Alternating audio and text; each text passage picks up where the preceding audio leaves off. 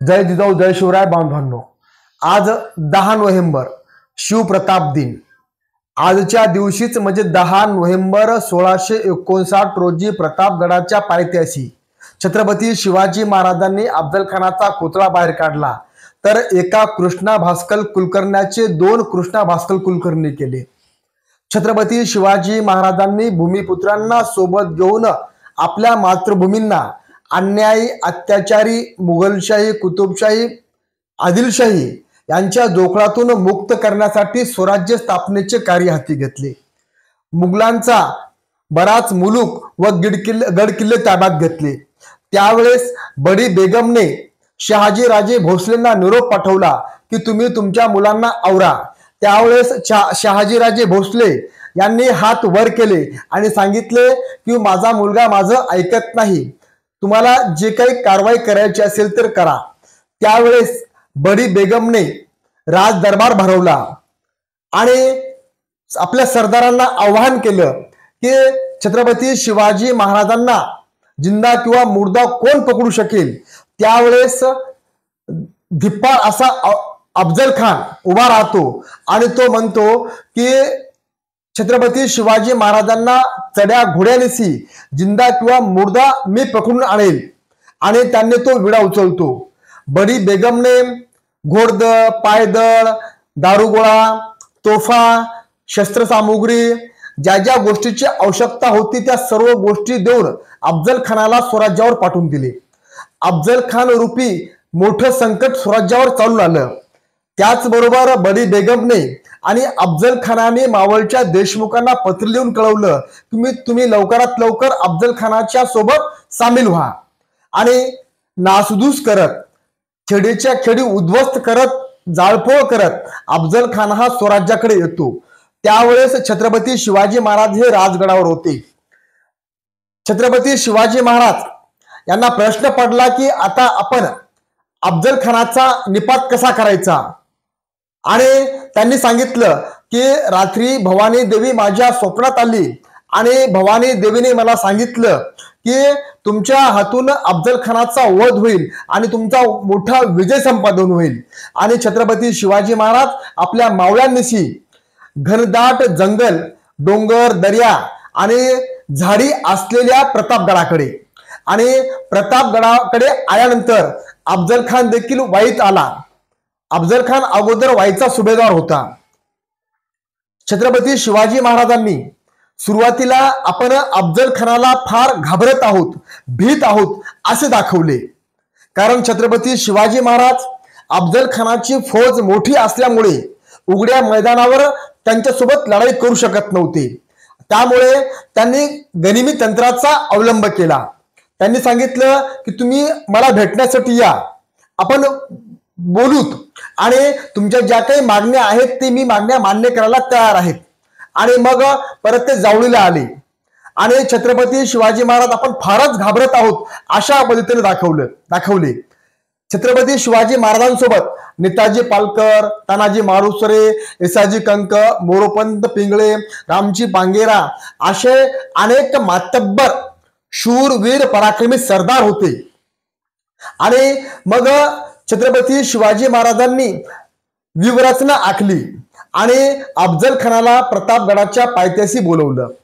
दोघांचे वकील, छत्रपती शिवाजी महाराजांचे वकील पंताजी गोपीनाथ बोकील तर अफजल खानाचे वकील कृष्णा भास्कर कुलकर्णी यांच्यामध्ये बोलणे सुरू झाले। आणि याच कालावधीत छत्रपती शिवाजी महाराजांनी आपल्या गुप्तहेराच्या माध्यमातून अफजल खानाच्या मनात काय आहे हे सर्व काढून घेतलं। आणि छत्रपती शिवाजी महाराजांना माहिती झालं होतं की अफजल खान हा आपल्या सोबत दगाफटका करणार आहे, कारण अफजल खानाचा इतिहासच दगाफटका करणार आहे। शेराचा राजा कस्तुरीरंग यांच्या सोबत दगाफटका करून त्यांना मारलं। छत्रपती शिवाजी महाराजांचे मोठे बंधू संभाजी यांना देखील योग्य वेळी मदत सहाय्य न केल्यामुळे ते मारले गेले आणि शहाजी राजाने देखील पकडून अफजल खानाने आणलं होतं। त्यामुळे छत्रपती शिवाजी महाराजांना अफजल खान काय आहे या सर्व गोष्टी माहित होत्या। आणि मग तारीख ठरली 10 नोव्हेंबर 1659 आणि स्थळ ठरलं प्रतापगडाचा पायथा। त्या ठिकाणी एक भव्य असा शामियाना उभारला. अफजल खान आपल्या काही अंगरक्षकासह वर आला आणि छत्रपती शिवाजी महाराज प्रतापगडावरून पायऱ्या उतरत उतरत शामियानात आले. त्यांनी बघितलं अफजल खानासोबत सय्यद बंडा आहे आणि छत्रपती शिवाजी महाराजांनी सांगितलं की सय्यद बंडाला बाजूला करा. अफजल खान हा दगाफटका करणार असल्यामुळे छत्रपती शिवाजी महाराजांनी अगोदरच अंगात चिलखत, डोक्यावर शिरस्त्राण, डाव्या हातामध्ये वाघनखे, बिचवा घेऊन आले होते आणि एकमेकांसमोर आल्यानंतर अफजल खानाने छत्रपती शिवाजी महाराजांना आलिंगन दिले आणि आलिंगन दिल्याबरोबर छत्रपती शिवाजी महाराजांना आपल्या डाव्या काखेत दाबून त्यांनी उजव्या हाताने कट्यार चालवली आणि अंगात चिलखत असल्यामुळे छत्रपती शिवाजी महाराजांना जखम झाली नाही. ही गोष्ट छत्रपती शिवाजी महाराजांच्या लक्षात आल्याबरोबर त्यांनी आपल्या डाव्या हातात जी वाघनखे होती त्या वाघनखाने अफजल खानाचा कोथळा बाहेर काढला, कट्यार मारलं आणि अफजल खान हा दगा दगा करत शामियानाच्या बाहेर पडला. तेवढ्यात सय्यद बंडा हा दानपट्टा चालवण्यात माहिर होता. त्याने छत्रपती शिवाजी महाराजांवर दानपट्टा चालवला. तर त्याच वेळेस जिवाजी महाले यांनी सय्यद बंडाचा हात वरच्या वर छाटला. अफजल खानाचा वकील कृष्णा भास्कर कुलकर्णी, वकिलाचं काम हे फक्त वकिली करणे असते, पण असे न करता त्यांनी तलवार छत्रपती शिवाजी महाराजांवर चालवली. छत्रपती शिवाजी महाराजांच्या उभ्या आयुष्यात जर त्यांना कोणी जखम केली असेल तर त्या व्यक्तीचं नाव आहे कृष्णा भास्कर कुलकर्णी. त्यावेळेस छत्रपती शिवाजी महाराजांनी दयामया न दाखवता एका कृष्णा भास्कर कुलकर्ण्याचे दोन कृष्णा भास्कर कुलकर्णी केले. म्हणजे स्वराज्य स्थापनेच्या आड जो आला त्याला छत्रपती शिवाजी महाराजांनी आडवं केलं. हा छत्रपती शिवाजी महाराजांचा आणि मावळ्यांचा इतिहास आहे. पुढे छत्रपती शिवाजी महाराजांच्या अगोदरच्या नियोजनानुसार त्या झाडी झुडपामध्ये नेताजी पालकर, येसाजी कंक, मोरोपंत पिंगळे यांचे सर्व मावळे दबा धरून बसले होते.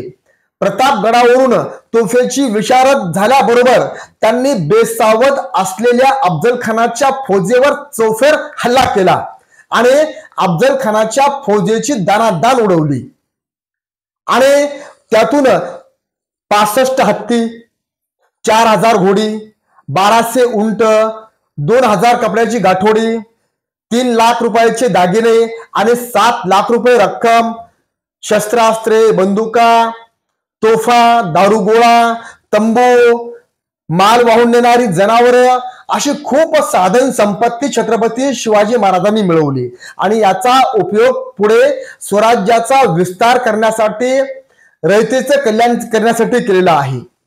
म्हणजे हे एवढं मोठं जे संकट आलं त्या संकटावर छत्रपती शिवाजी महाराजांनी आपल्या शिवनीतीच्या माध्यमातून मात केली. अफजल खान, कृष्णा भास्कर कुलकर्णी ही एक प्रवृत्ती आहे आणि ती आजही आहे. आपण छत्रपती शिवाजी महाराजांचे आजच्या तरुणांनी विचार आत्मसात करून या अफजल खान आणि कृष्णा भास्कर कुलकर्णी ही प्रवृत्ती आपण ठेचून काढली पाहिजे.